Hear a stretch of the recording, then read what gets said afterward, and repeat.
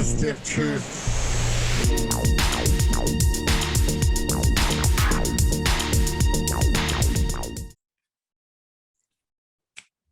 Welcome to the Stiff Truth.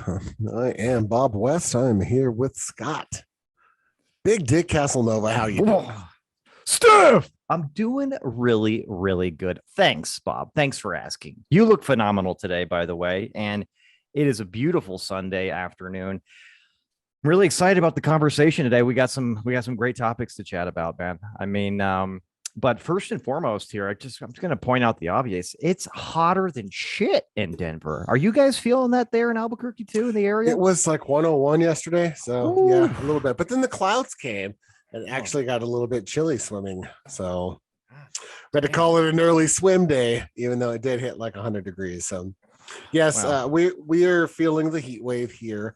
Interestingly enough, though, as this heat wave has come, it's actually brought clouds, kind of monsoony type weather. And so like every late afternoon, it's cloudy the last several days. So that's been a relief. But yes, hotter than the sweat dripping off of balls.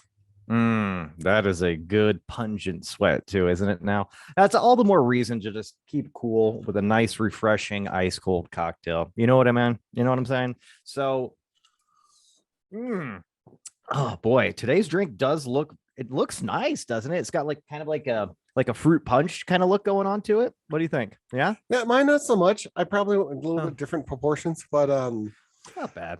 It's definitely tasty and it's definitely dank.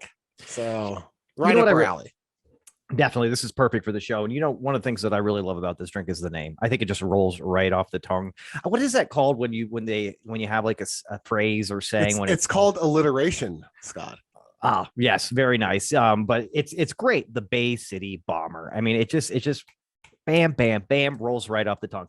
Now, I will tell you this though.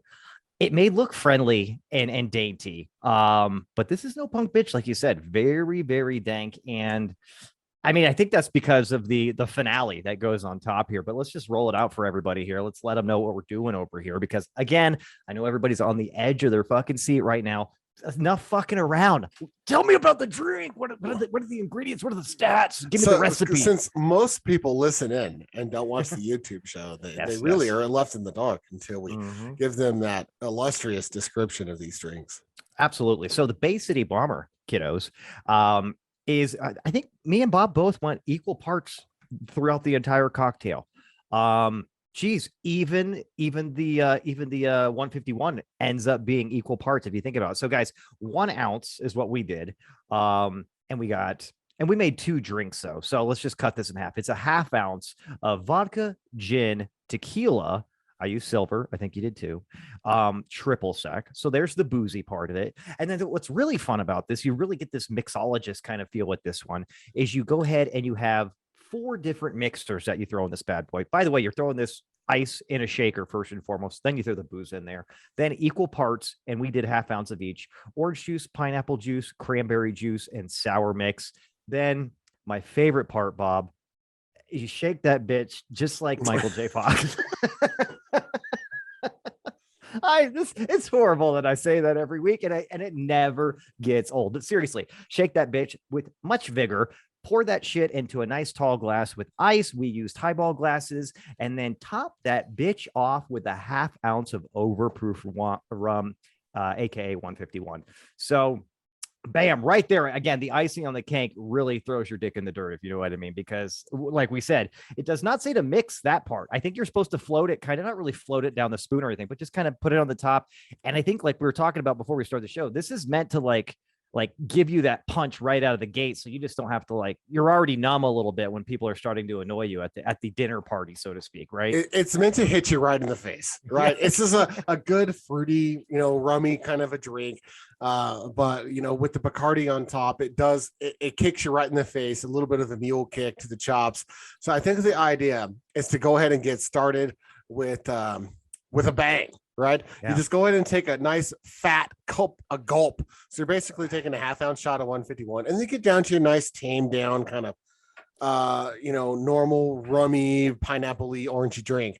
But definitely it is designed to kick you right in the face. But it's You can mix it up depending on your palate. If you're not one to just go that kind of head first into 151 like that, go ahead and give it a stir, tame that thing down a little bit. It's still a dank drink, but yeah, it definitely will. It'll mule kick you right in the chops.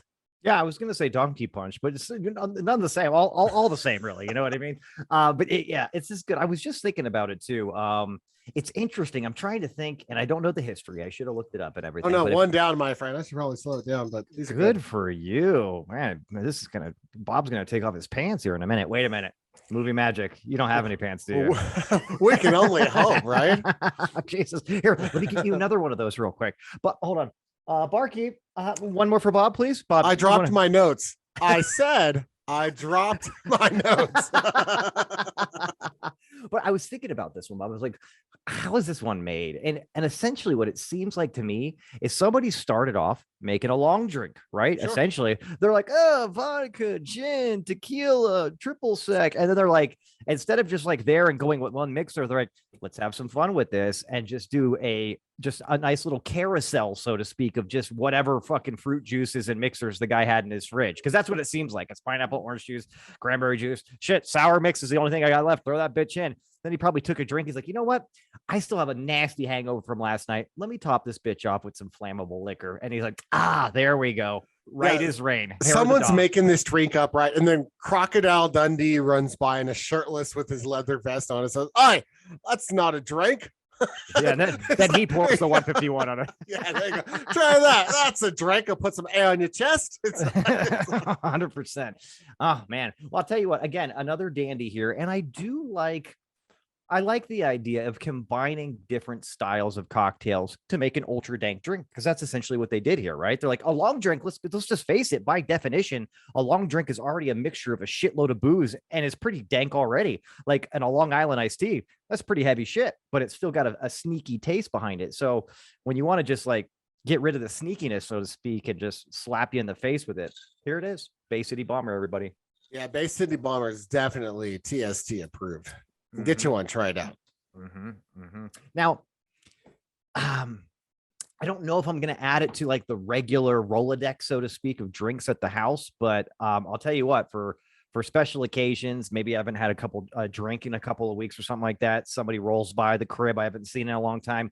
This is definitely that, hey, we've only got a little bit of time, haven't seen you in a long time. Let's celebrate hard and fast. That's the Bay City Bomber right there. Well, and I have a feeling that without the Bacardi, this drink is called something else.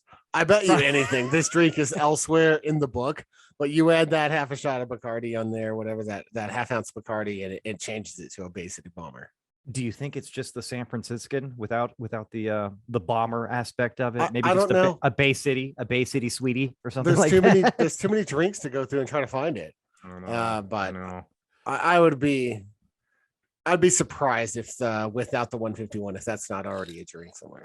Now, we may want to trademark this, and I don't even know why I'm saying it on the show, but I give the stiffies everything. But it'd be really neat if they don't have it already, like a legit, like bartender approved kind of search engine, right? That you could put in just the ingredients and it finds what cocktail that is. Or gives you a list of different cocktails with that ingredient. Yeah, with those ingredients, right? So you're like, if it's not like an exact nail, like on the search, then it just like gives you like related ones or whatever, and you kind of go through.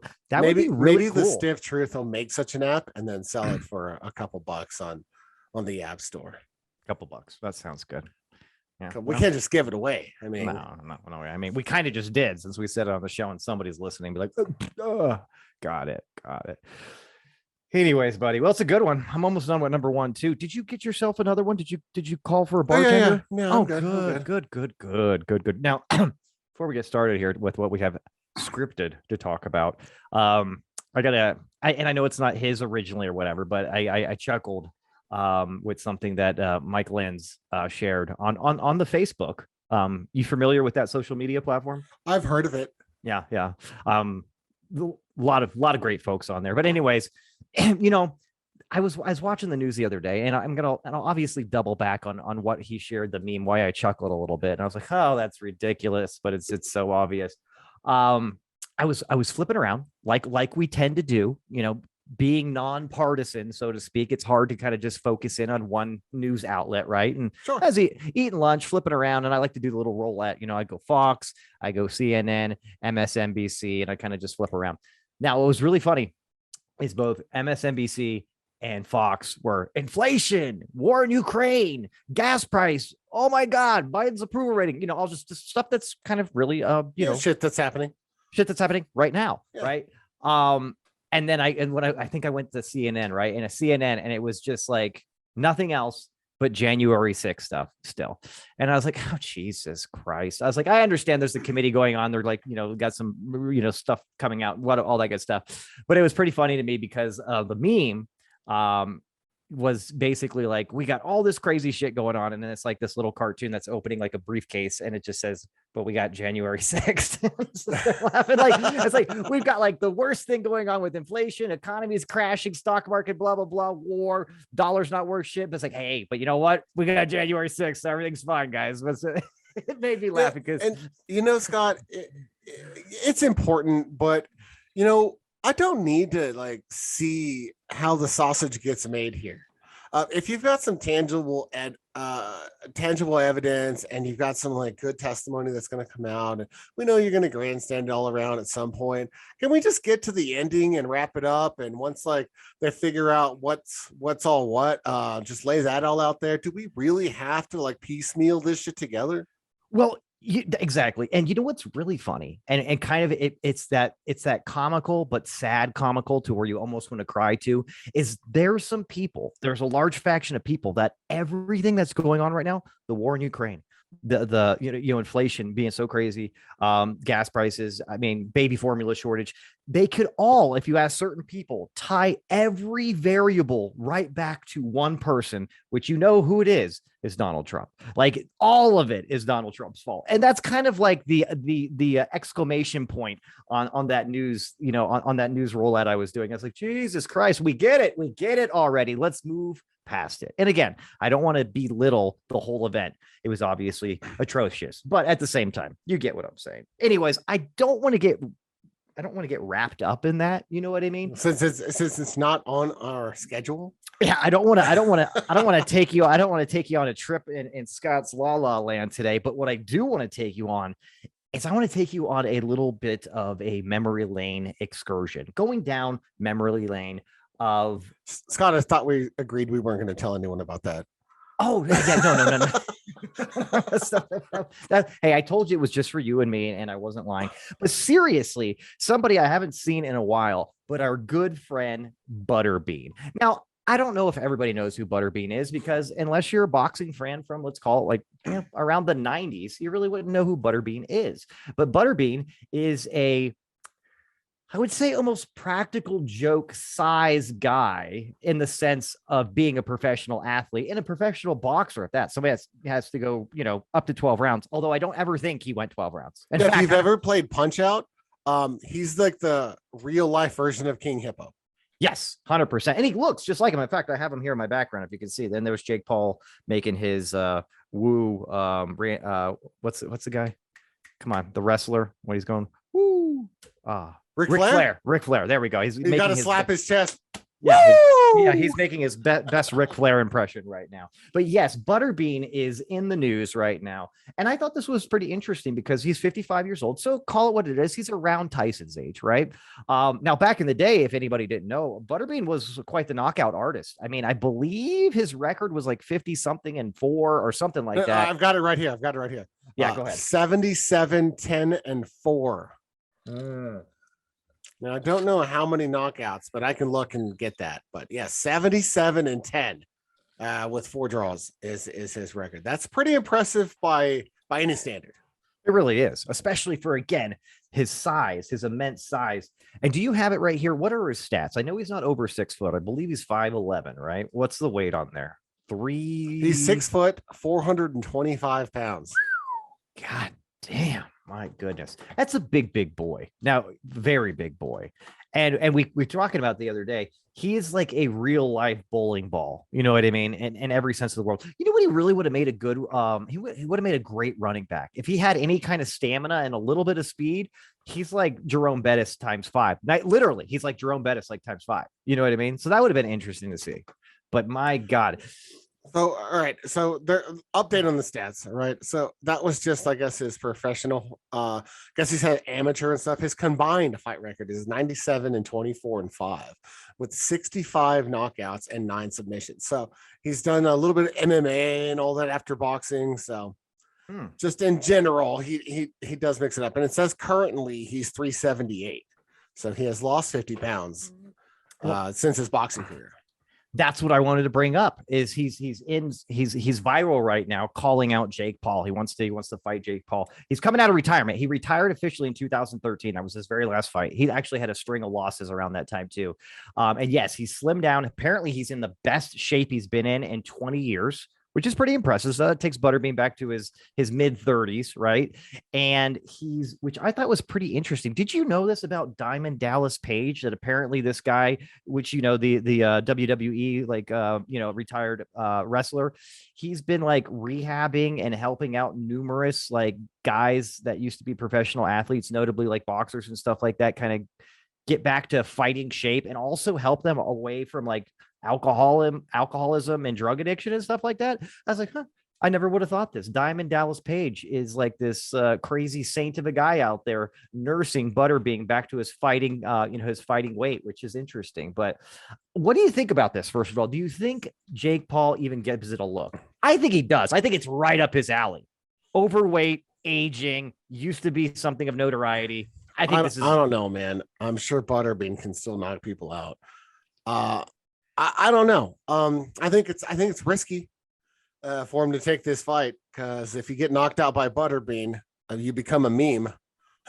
So, which Jake Paul's kind of a meme anyway. But I don't know. It makes all the sense in the world for Butterbean.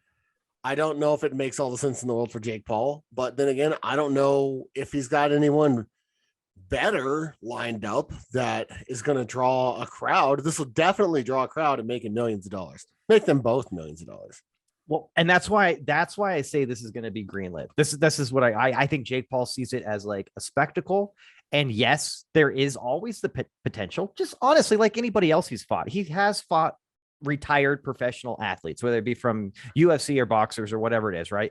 He's 5-0. Jake Paul's 5-0. He's no punk bitch. We've talked about this before. I mean, he's got some chops, and the most that he's got too is he's got youth and stamina over these other guys that are always like either in their late 40s, early 50s, retired.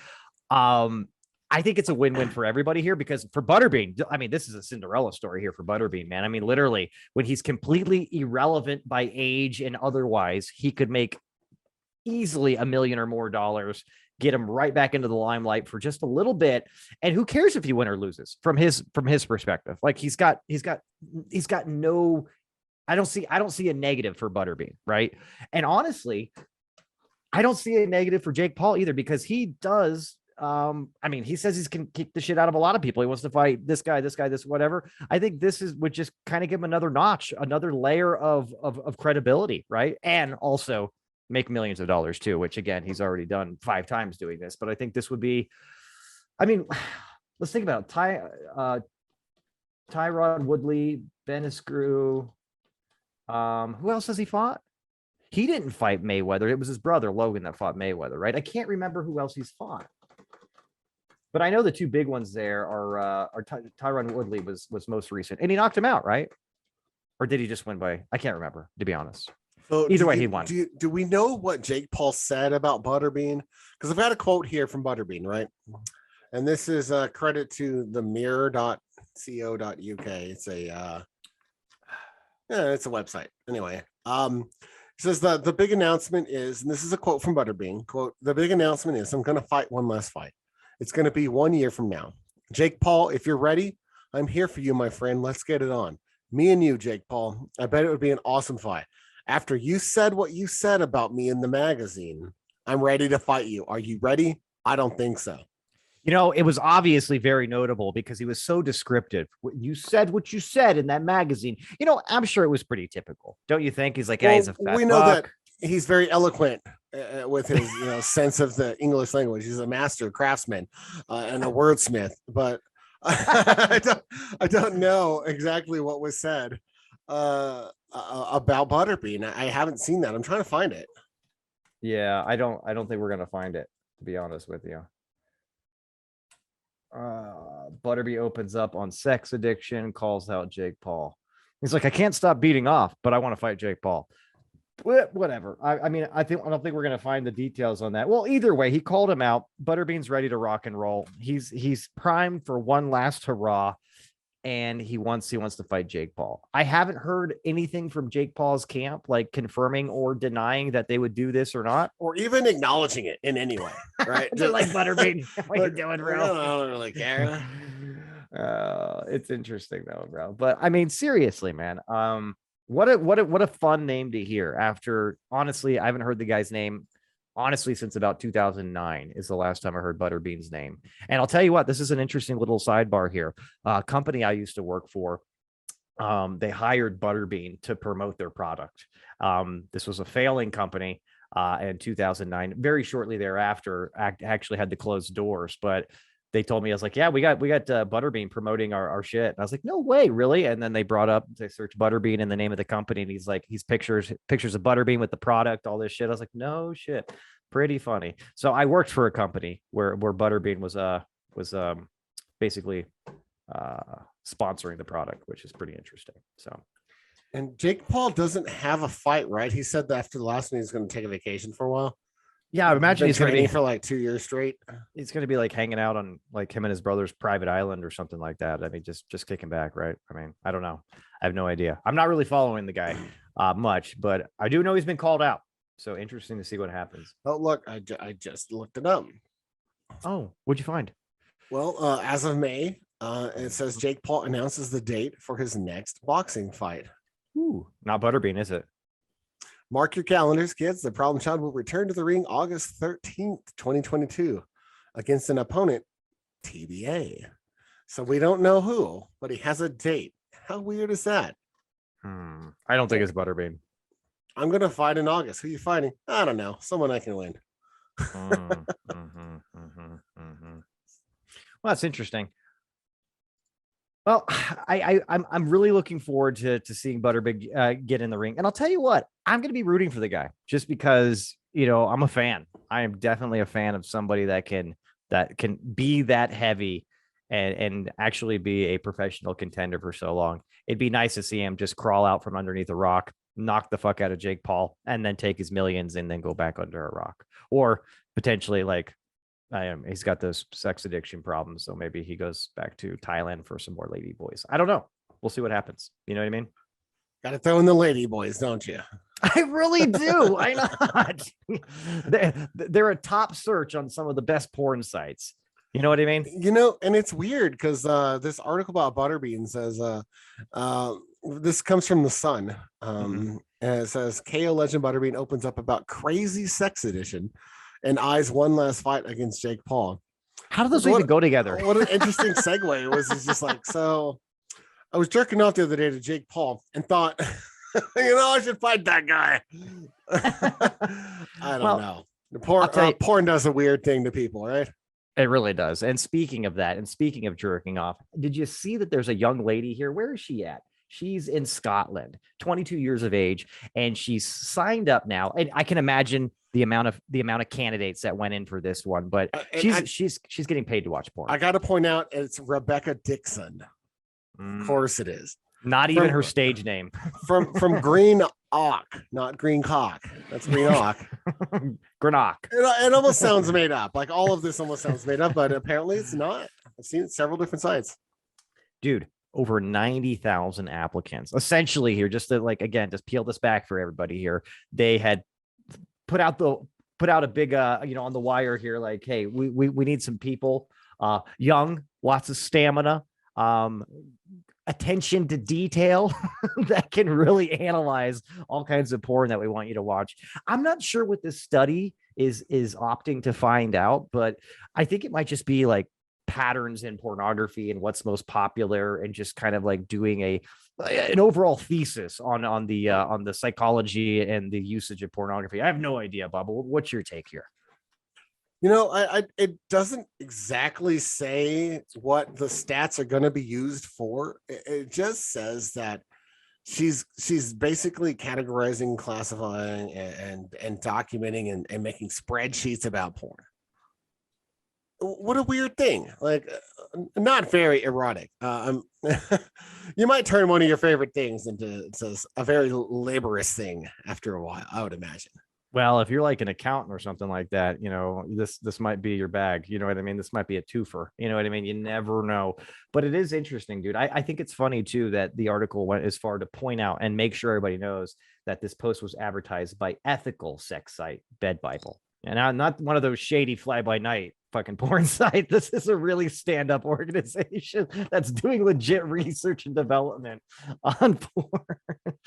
It's pretty intense though, man. But can you imagine this? Well, what would you do here? Is this something you would do if you didn't have your current career track where it is, and you were just kind of bumming around, and you saw this in the one ads, right? In the job ads in the paper? Would you get in there? Would you throw your name in there? I would not. Interesting. It'd really take the fun out of it, like having to stop, dry your hand off, and like type something in a spreadsheet real quick, and then kind of go back to what you're doing. It really like, what a way to like keep taking you off focus and off the moment there. Yeah, it is pretty interesting. I mean, it says her first assignment was to watch Pornhub's 100 most viewed videos, taking note of duration of each video, as well as sex positions, number of orgasms, languages, and hair color, which is some pretty interesting stuff to point out. Like, who makes these data points? Like, you know what we need to capture right now? We need to figure out languages and all this great high dollar content that's made. We need to know who is speaking like Eastern European versus, you know, who's speaking a Latin based language, because that's what's really going to matter. Seriously, or the number of orgasms. Like how does that data point help future porn growth? You know what I mean? It's like, hey, well, look, that's very easy. With the girl, it'd be tough because you got to kind of like pay really close attention to that. But with the guy, you're like, oh, well, that's one. It's one every film one. We're just gonna default this category in the spreadsheet for males, and it's just one person. So what do? I count male orgasms in porn movies. It's a pretty tough job. You know what I mean? Good thing I can count to one. This is fantastic. You're like, what are you doing, bro? You're not even paying attention. Oh, look, the guy's already sleeping. My job's already done. What are you talking about? Well, so it's very interesting. She makes the equivalent. She makes 16 pounds, which is the equivalent of 20 bucks an hour. 20 bucks an hour. Right now, I guess she's putting in 5 hours a week. So she's getting her $100 a week just to, you know, document some porn, you know, jerk off. Because if she's doing five hours a week, so she's probably doing an hour a work day, right? Yeah. So what's Pornhub's videos, like 6 to 10 minutes long ish? I'm not quite sure. I would imagine they all range from like if they're just like a clip or like the full movie or something like that. But what's interesting is her biggest takeaway so far, which I thought was pretty interesting. I've noticed this phenomenon just in general in the past decade or so. I've noticed there's a lot of videos that have stepmom or stepsister in the title, which is interesting to me. That might be the number one thing.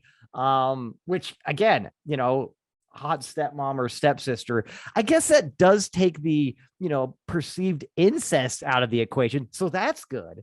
But it's funny. They said, if you dial in on IP addresses from Alabama and Mississippi, still the same thing in the title, except step is removed.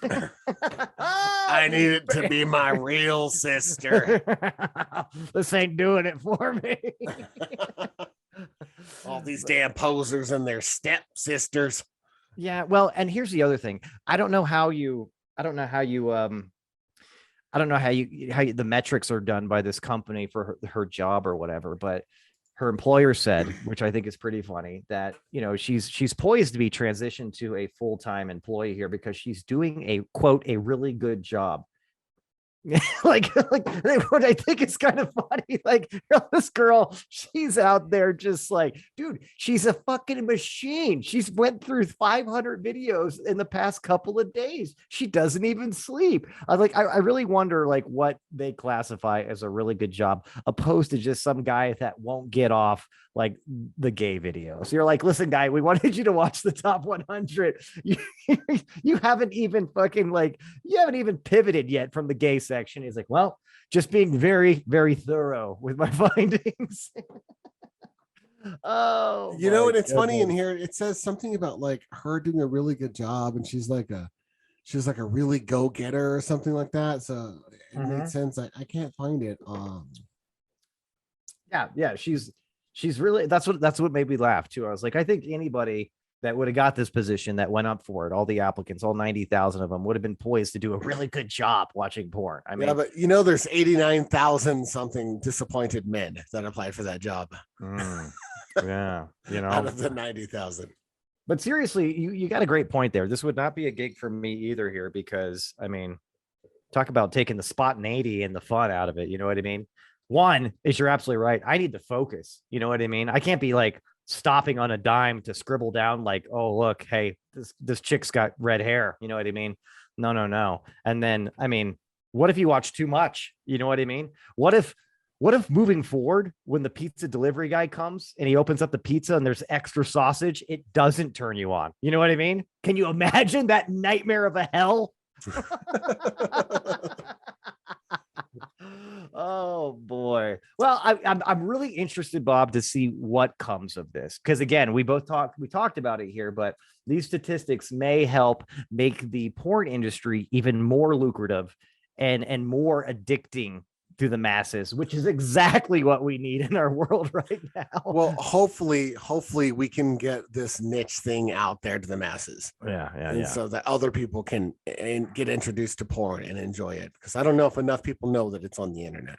No, I don't think so too. And you think about the conflict in Ukraine right now, if more people were just introduced to like hot stepmoms and stepsisters in that area, I think all the fighting would be over. I think that's my big takeaway right now. You know what I mean?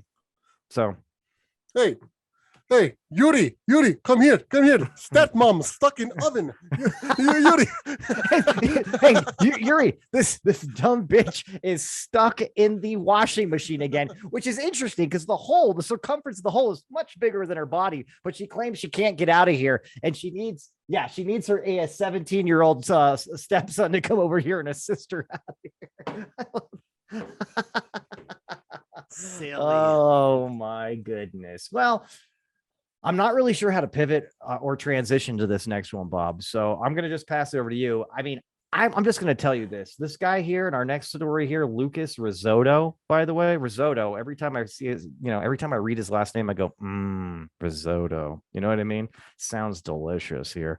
But this guy's he's kind of a pathetic piece is all I'm going to say. I mean, we're like, hey, buddy, why do you like your microwave so much? He's like, get the fuck out of here, huh? This is my friend. Seriously though, did you like, okay, I found myself like, we're reading stories for the show, we're having a good time, they're fun stories, they're goofy stories, they're silly, they're what the fuck stories, and then you read this one, and the more I read, the more sad I got, Bob.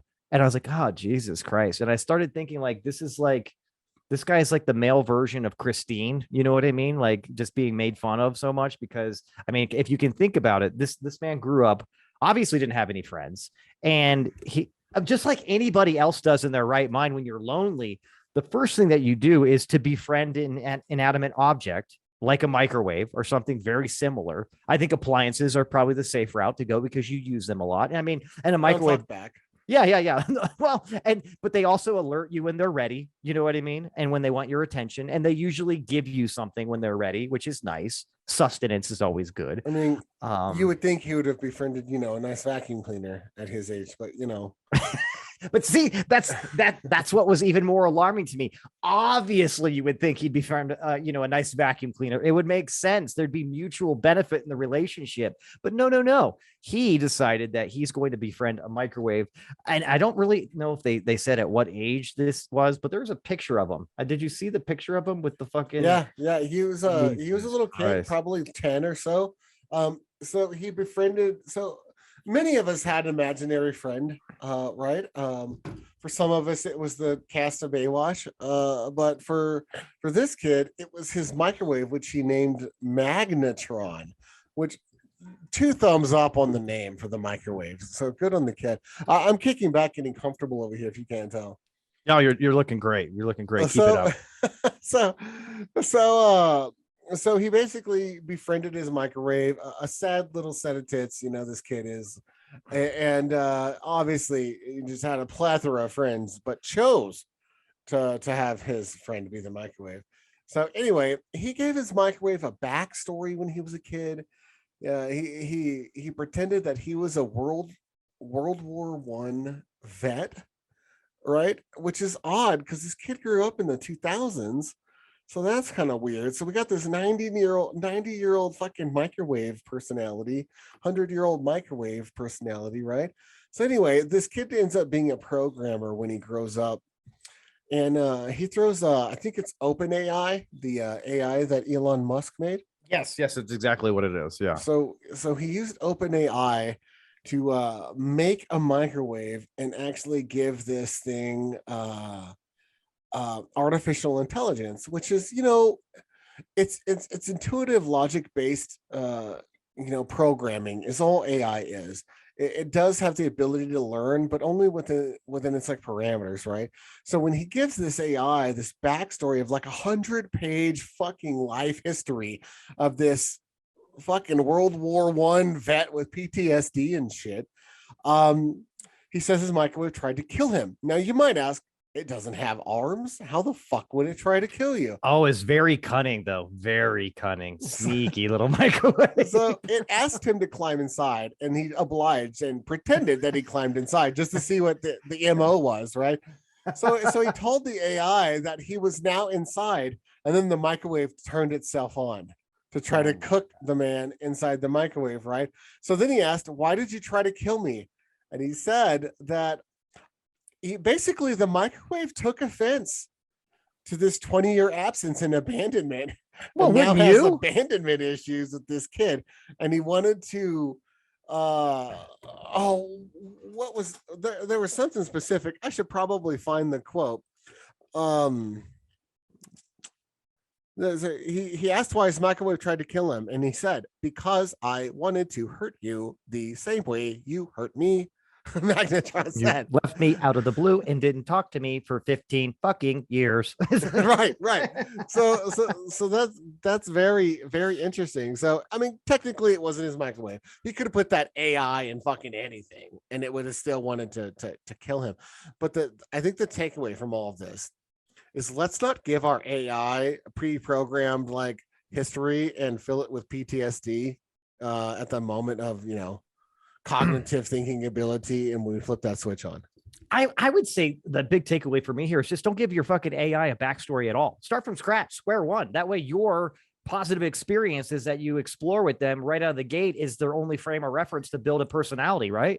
Not some traumatic fucking PTSD mustard gas filled fucking like horrible story of nonsense killing the Germans. You know what I mean? That doesn't sound good, bro. The other thing is this is my other big takeaway. How do you get inside of a microwave besides sticking your head in the even if it was possible and the microwave bought it? That's some shitty AI. He's like, he sticks his head. He's like, no. If you could just put your arm in there and just get a leg in there. It's like in the very, very back. It's keep going. Like, what the fuck? That's the biggest microwave we've ever seen. Is this like a microwave at Meow Wolf? Like, what's going on here? Like, give me a fucking break, dude. This is ridiculous. The other thing I thought was just great too, like no warning signs at all, Bob, is when he asked his microwave to recite a poem. Did you get that one too? I'm looking at it now. Yeah, it's funny. Roses are red, violets are blue. You're a backstabbing bitch, and I will kill you. At least it rhymes. Like, you gotta give it to the AI for that. Oh my god, dude. Okay, yeah, like with this one, dude. I don't look, there's a video of him from August 28, 2002 talking to his microwave. Now, put yourself in the parent's shoes. Okay. I am totally cool with Elizabeth. Actually, she's had numerous, imaginary friends, and they've all been like from invisible people straight up. You know what I mean? Like she used to have an invisible little girl that was her friend. And now it's like some of her stuffed animals are like her imaginary friends and everything. All very cool. I'm going to have a tough time here. I'm not going to be that open and of a parent if my daughter was talking to the fucking microwave and like literally trying to play games with the microwave. I'd probably be like, what the fuck are you doing, you retard? Like, I don't know, man. Like seriously, I would have to question that. I would be a little concerned. I would probably make her go outside, like, get out of my house. You need to like reset with nature. Take your shoes off, do some grounding. You see this tennis ball? Go throw it at the fucking garage door for a while. But Jesus Christ. But seriously, dude. Yeah, I was gonna say I'd probably at least make her go to like summer school or something like that. It's like you need to like entertain yourself with like some more knowledge or something, because this is not chalking up to my expectations on it. But I'm sending you to fat camp, but I'm not overweight. I don't care. You're talking to microwaves. Get the hell out of here for a while. Seriously, bro. I'd rather you learn healthy eating habits than talk to your microwave. Oh my God. Here's another quote from him too. This is from back in the day. I have no idea why. My parents were puzzled. My sister mocked me. I didn't care. He was real to me, and I talk to it every day. Cool. Like, I mean, every day, dude. So literally getting up in the morning and having a conversation with your microwave over your morning coffee and stuff like that. Very strange, bro. I don't know. Again, this to me, and again, this guy's a YouTuber. You know what I mean? So is this all a made up story? I don't think so, because he's got the videos in here of when he was a kid, like chatting with his microwave and shit like that. It's interesting to me and very entrepreneurial, right? That this guy makes money on YouTube, because I would say without YouTube, this guy may be a serial killer. You know what I mean? So I'd say even with YouTube, this guy may be a serial killer. Yeah, I mean, do you see his face too?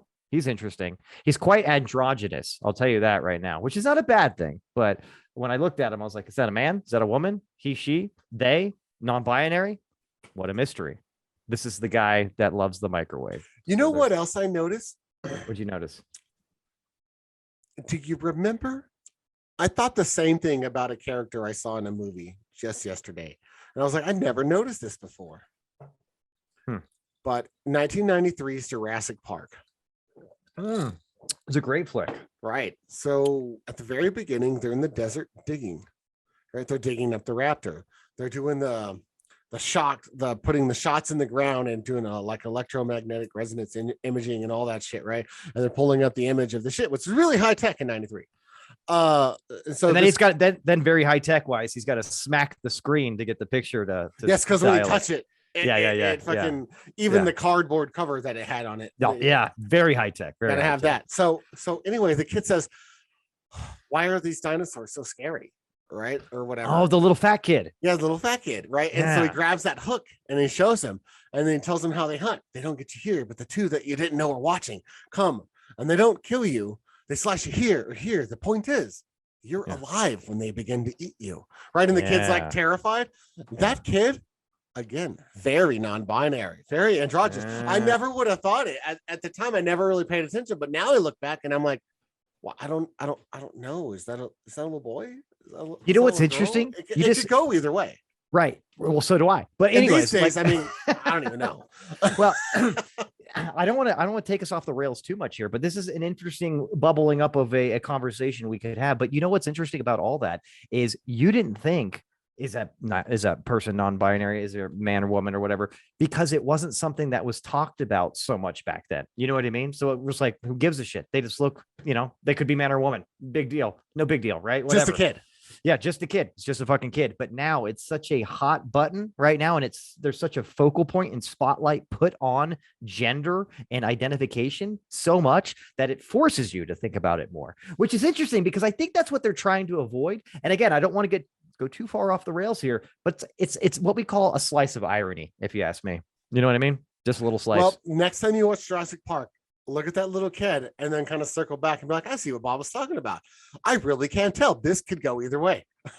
Well, Bob, and I say that's kind of like my mantra too. Like, circle back with me. I can go either way. You know what I mean? So, you know what I'm saying? 100%. 100%. Which it's interesting too. It's really, I'm thankful that our next contestant here on the show did not get the job watching pornography for money. You know what I mean? Because it sounds like he would have been hard up. He would have died.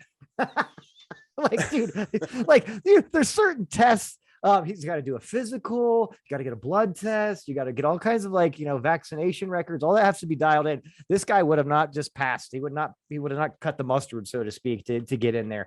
But what I'm referring to is we're just going to call this guy, what should we call him? Adam, Tom, Sam, because he's unnamed. Well, yeah, we're just going to call him John.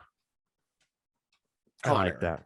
John Connor. Very good. Very good. So we got John Connor, right? And basically he sent himself to the hospital after an impressive, vigorous masturbation session. I've got to say, so in reading the article, impressive. He hurt himself in a way that is common through sex. But normally it's common through just normal, cardiovascular working up, high blood pressure, high cardio state of physical being, right? And you get something called, let me get this right, Pneumomediastinum, right? And that's basically when some air escapes your lungs and gets out of your lungs and into your ribs. That sounds extremely painful. Like a huge bubble of air coming from your lungs. And it is a thing that is fairly common. When it does happen, it's common that it happens from sex. Because you got, people that may not be in the best shape. Now they're fucking basically running the New York Marathon and getting after it. And this condition happens. Well, correct me if I'm wrong too, but I think it's more common when you combine it with hardcore drug use and rigorous sex too. I think this is a little bit of an outlier thing. You need a perfect storm recipe, so to speak, for this to happen. You think he was meth masturbating? Well, I mean, masturbating. Oh man, God, that sounds. All I'm gonna say is that the first thing, if you how you do those little tests, hey, just say the first thing that comes to mind. You're all masturbating them all bloody. It's the first thing I think of. I was masturbating last night and it got a little crazy. Up in the hospital. It doesn't sound safe, bro. Be careful. Don't smoke meth and don't beat off after you have. But honestly, though, I there's something going on here. Now, it was labeled spontaneous. Which essentially says that the medical team that saw him, they have no idea how it originated. It didn't seem to line up with anything else, but the headline grabbed me. Am I right? Man suffers freak injury while masturbating, has to be hospitalized. Hey, I need to dive into this one 110%. But guy's only 20 years old. So again, when you kind of start putting together the recipe here, you're okay, 20-year-old guy, prime of his life for masturbating, right? You know what I mean? This guy, he should be able to pull off 3-4 in a row, no problem, before even having to ice down his balls. I mean, this guy he's fit for masturbating right now. He's prime age, but apparently this went south. And I have to wonder, was he maybe practicing to compete to be one of the applicants for the other girl, Rebecca Dixon? You know what I mean? Was he on his way there and he just wanted to make sure his game was on point? I'm not sure, Bob. But it is interesting because they found no drugs in his system. And there were some other key things too. I don't remember, but there's some other ways of getting this that just weren't relevant with him or his case. But nonetheless, he had experienced sharp chest pains while masturbating. Oh, hey, this is scary, bro. Okay, this is not even funny anymore here. I would be very concerned. What about you? Yeah, and again at the very beginning of this article, which I'm pulling this one from the San Francisco Post. So if anyone wants to look at this, man ends up in ICU after suffering from freak injury while masturbating article. There you go. Mm-hmm. So they say that it's normally caused by rigorous exercise or violent coughing. So you might combine both of those with some meth. Yeah, you might get this with a bad case of bronchitis. That could happen, right? Yeah. Or just crazy exercising, which is why they say it normally happens with sex with people that aren't in top shape for that kind of activity. You got to build up to that. But I love the part in here that the lack of shame that this guy had. Very matter of fact about what happened to him when he was rubbing one out, right? Yeah. It says, quote, however, we don't think there was ever any shame or embarrassment for this guy. since he showed up at the hospital and told medics he was experiencing sharp chest pain while masturbating. Well, and I have to correct myself here. Maybe they just didn't do a deep dive on this kid. Maybe he ran out of the hospital after they figured out he was okay, because he said the patient denied taking drugs or smoking, confirmed he wasn't participating in any strenuous exercise or coughing prior to the injury. So that's why they labeled it as spontaneous, which is pretty interesting to me here, because what predisposing factors: smoking, acute asthma, and recreational drug use, especially cocaine and heroin. So I could see the scenario: a nice little Sunday evening, right? Sit down, mix yourself up a nice speedball of coke and heroin, pop that bad boy, get on your Peloton for about 20 minutes.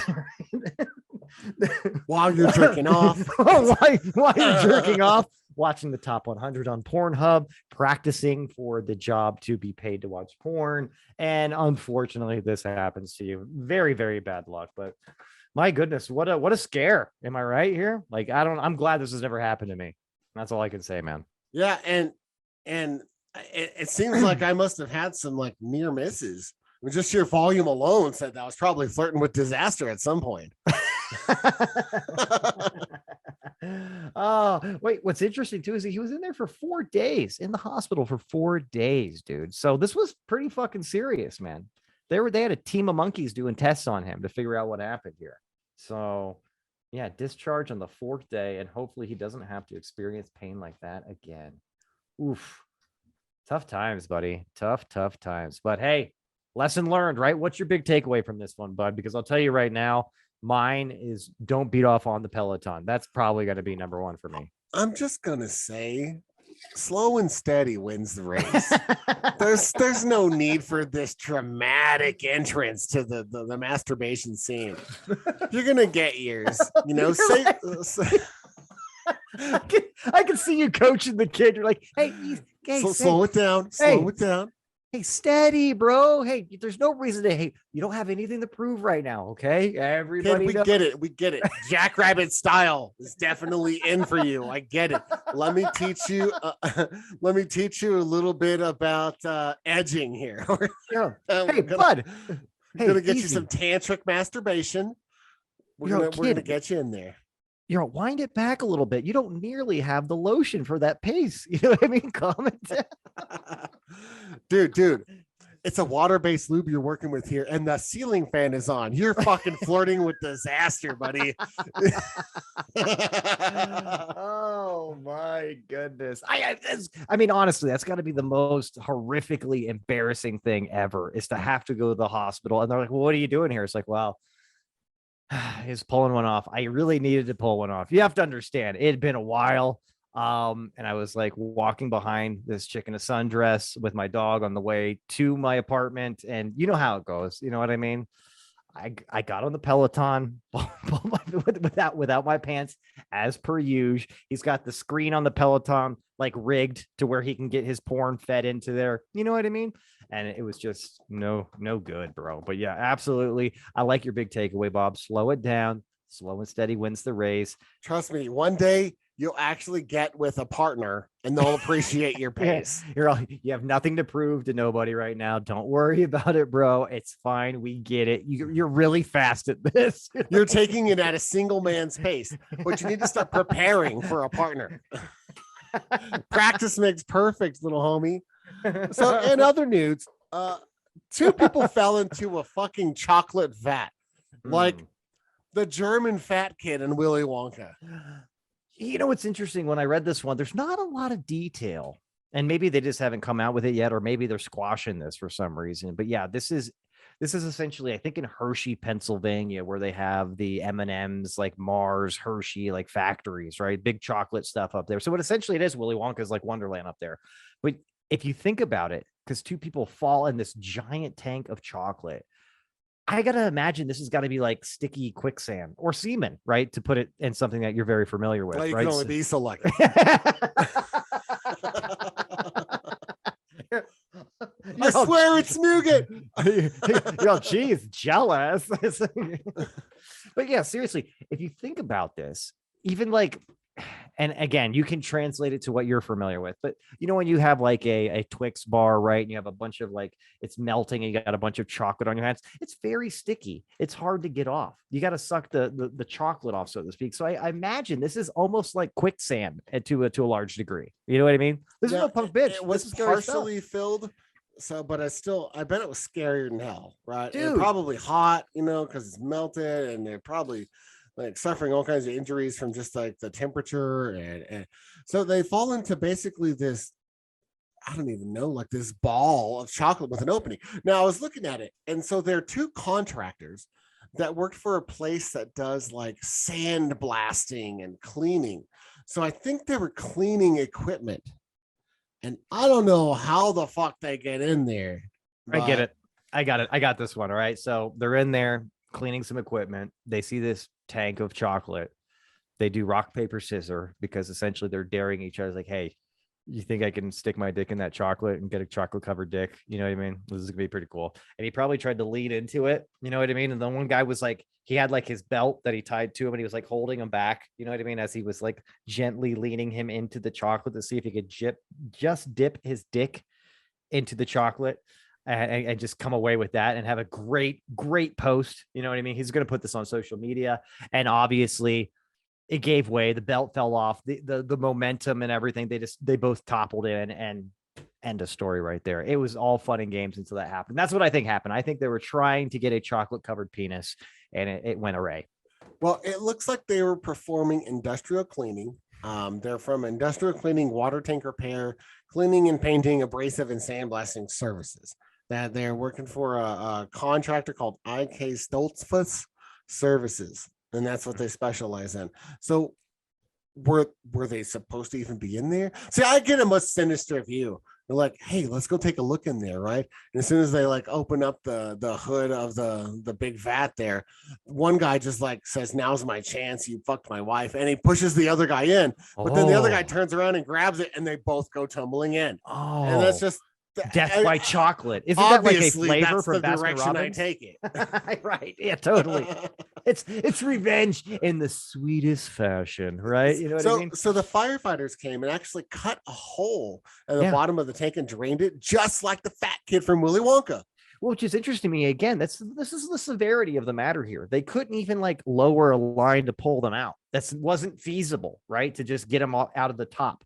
So I'm telling you, some thick, nasty shit, bro. Like they were probably in there dying, suffocating. Who knows? Meanwhile, people are over there just like scooping handfuls of chocolate as it's draining out before they come out. You never know, bro. It's pretty interesting. I would be. I would imagine there's got to be a large, like, just a large feeling of nostalgic magnetism towards that vat. You know what I mean? If like just being a individual that's been alive through multiple iterations of Willy Wonka and the Chocolate Factory too. You know what I mean? I think everybody would be tempted. That's all I'm saying. You know what I mean? It would be hard not to be. I'd want to eat something. Would you dip your penis in the chocolate? If someone was there to like suck off the hard candy shell. Okay, remind me not to go with you to the Hershey factory. So in other news, I love these segues. So we did a show and reported, right? We talked about hey, essentially we did report it just like any other reporters today, you know what I mean? So there it is. Yeah. If some of these mainstream media outlets can call themselves reporters, I'm gonna call myself one. So we talked about the Pentagon talking to Congress for the first time about UFOs in like 50 fucking years. It came at a news time again. Last time it came out that like basically the government's like UFOs are fucking real. COVID was happening. There was like fucking murder hornets. There was just all kinds of weird shit going on. They slipped that news story in and like hardly anyone pays attention. Right. And then fast forward again, this hearing happens when like all the topics you mentioned earlier about Biden and all this other shit was going on with the government and inflation and all this shit. All of that is going on right now. So most people are distracted. At least the people that care about the news are distracted with all these other mainstream topics. But what we had the the Navy and the Air Force, confirming and doubling down on all these unexplained fucking UFOs, which I Mhm. guess UFOs a little dated. They don't call them UFOs anymore. They call them whatever the fuck they call them now. Phenomenon, UOPs or unidentified aerial phenomenon, UAFs, UAPs. I mean, I'm looking. so anyway, Just so continue. so they went on about that, and they said that because of this, we're hoping to get other people to testify because since we released the footage in 2020, we've actually gotten double the amount of people with these exact same incidents that have actually been willing to talk to us and testify. Because for years, the stigma associated with it was like career enders. Oh, you're a fucking nutbag. I don't want you like advancing in the military. You believe in the UFOs and all this crazy shit, right? But they're basically saying it's okay. Please open us and give us your story. It's a matter of national security. And so I don't think that's a coincidence that on May 18th, this article came out.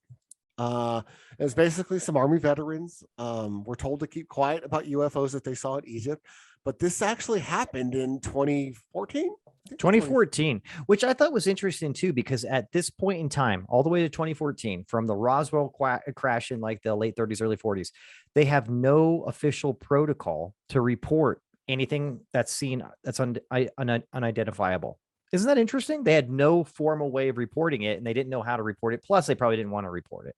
But that was interesting to me. I was like, still all the way to 2014, and they have no kind of formal protocol to report UFOs. Yeah, because what if it was like a fucking Chinese spy prototype or something, and national security interests are involved? You would think that there'd be an avenue to report strange shit, because you never know if it's another country's advanced tech that they've gotten their hands on or they're testing out, or if it is an extraterrestrial threat that we should probably take a look at. Dude, we got the Chinese, we got the North Koreans, and the Ruski story about now. I think they need this. I mean, come on, Jesus Christ. You're right, though. This is interesting here, but yes, this is another example of some wild, wacky shit that could not be anything man-made. That's all I can say right there. I mean, what we're looking at here, this was almost like a flying object making like dramatic U-turns at hypersonic speed. And plus within this object, there were also other objects that were like almost looked like fireflies, kind of like intertwining what they said, like look like almost like dog fighting type, like aircrafts, like kind of almost dancing, like playing like fireworks with each other or something like that. Did you kind of read the same thing Yeah, he into said that? I would describe Pretty it as outrageous. a big object with several smaller objects which appeared to be communicating or scuffling like a dogfight in the air. We knew it wasn't our military, and it was baffling. The objects were glowing. You could clearly see them with the naked eye, and it was clear how fast they were moving. So that was a quote from IndiaTimes.com. In the article, it says U.S. Army veterans told to keep quiet about UFO encounter in Egypt finally opens up. Yeah, pretty hardcore stuff, man. I mean, I'll tell you what, I think it's interesting, and I guess it just has to be, because you never know when people are full of shit.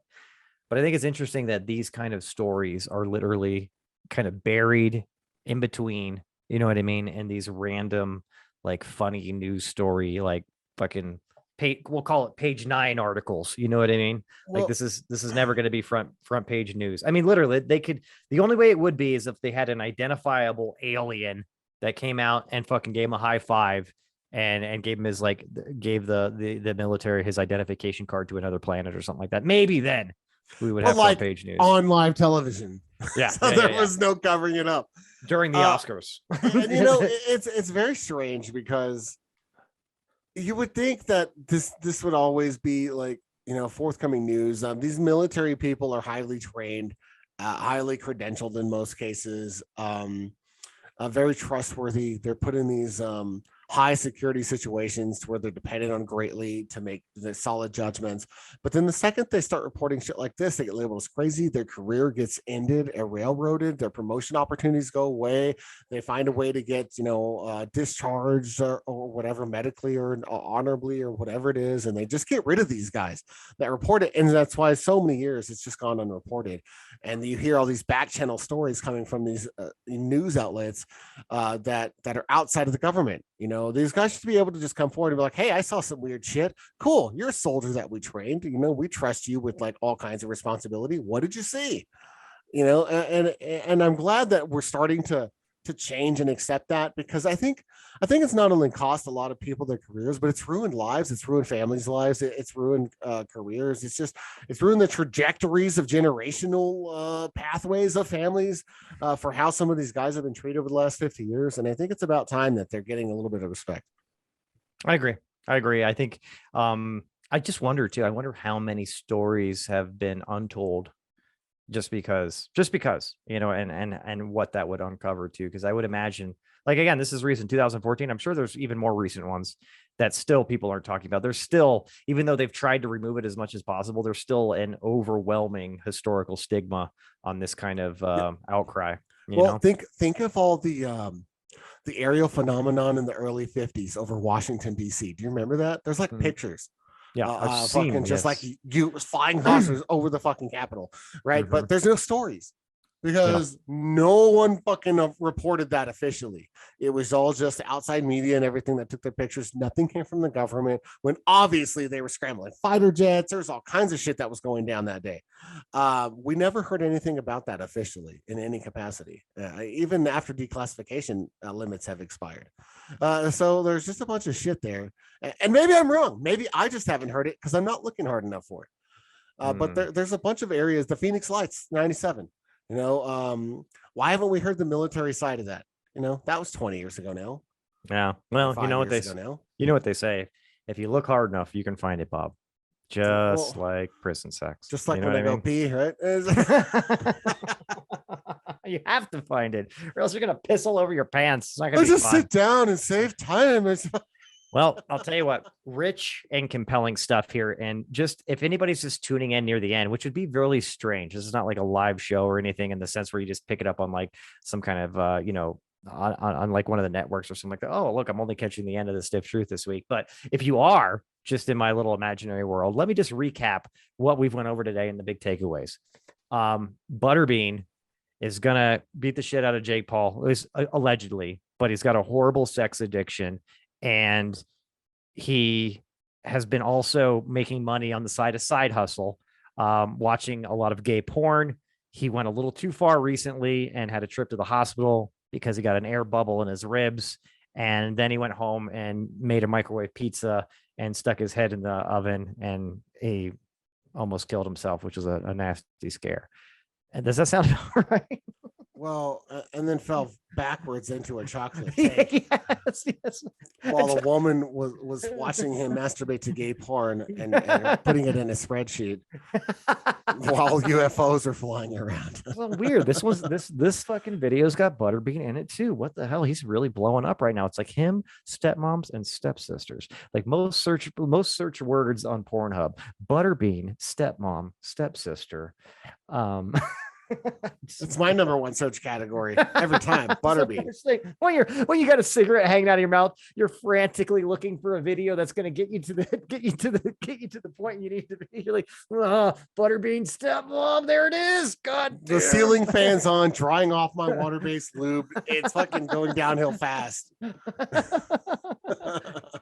Oh my goodness, Bob. Well, I believe that probably does it here for us on this lovely edition of the Stiff Truth. Probably. I have no idea what we're at in the time, but I know it's been a great show. It always is every week. It's always just a pleasure to spend this time with you and to spend it with all of our stiffies and enlighten them on our, what goes on in our depraved minds. So 100%. So again, thank you everyone for joining us. Tell your friends. I did add all of the streaming sites onto our website. So if you're in a pinch or whatever, and you need to just get us on a website, you can always go to thestifftruth.com. You can catch every episode live there. I try to do my best in updating the video links to YouTube. But always, we're wherever you want to get your podcast, Spotify, Apple Podcasts, wherever you want. We're always there, and we're working on getting our swag up. So that's coming soon. If you go to our website, because Bob's been doing a lot of updating, if you go to our website and search stepmom, nice little Easter egg. That's all I'm going to say. So go check it out. Great. Now I got to put in work. Thanks. There's my weekend. It's all butter beans in a GIF. Anyway, Oh. thanks. I'm Bob West. I'm here with Scott Casanova, and we will catch you next week. Woo.